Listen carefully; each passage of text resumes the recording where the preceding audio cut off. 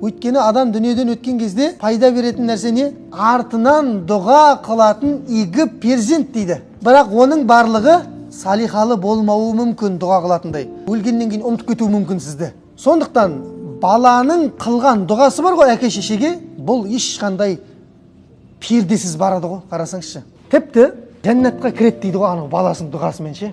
Әке шеше бар ғой.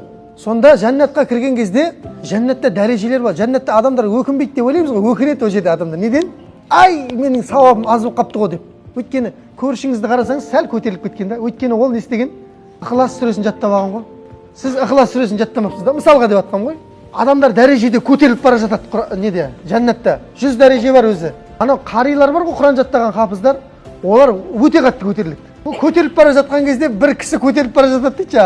Құран жаттамаған, хадис жаттамаған, аналармен бірге жарысып барады дейді, қарилармен бірге. Мен анау айтады ғой, өзі түсінбей жатыр жаңағы кісі, Алла, менікі мынау не көтерілу дейді да.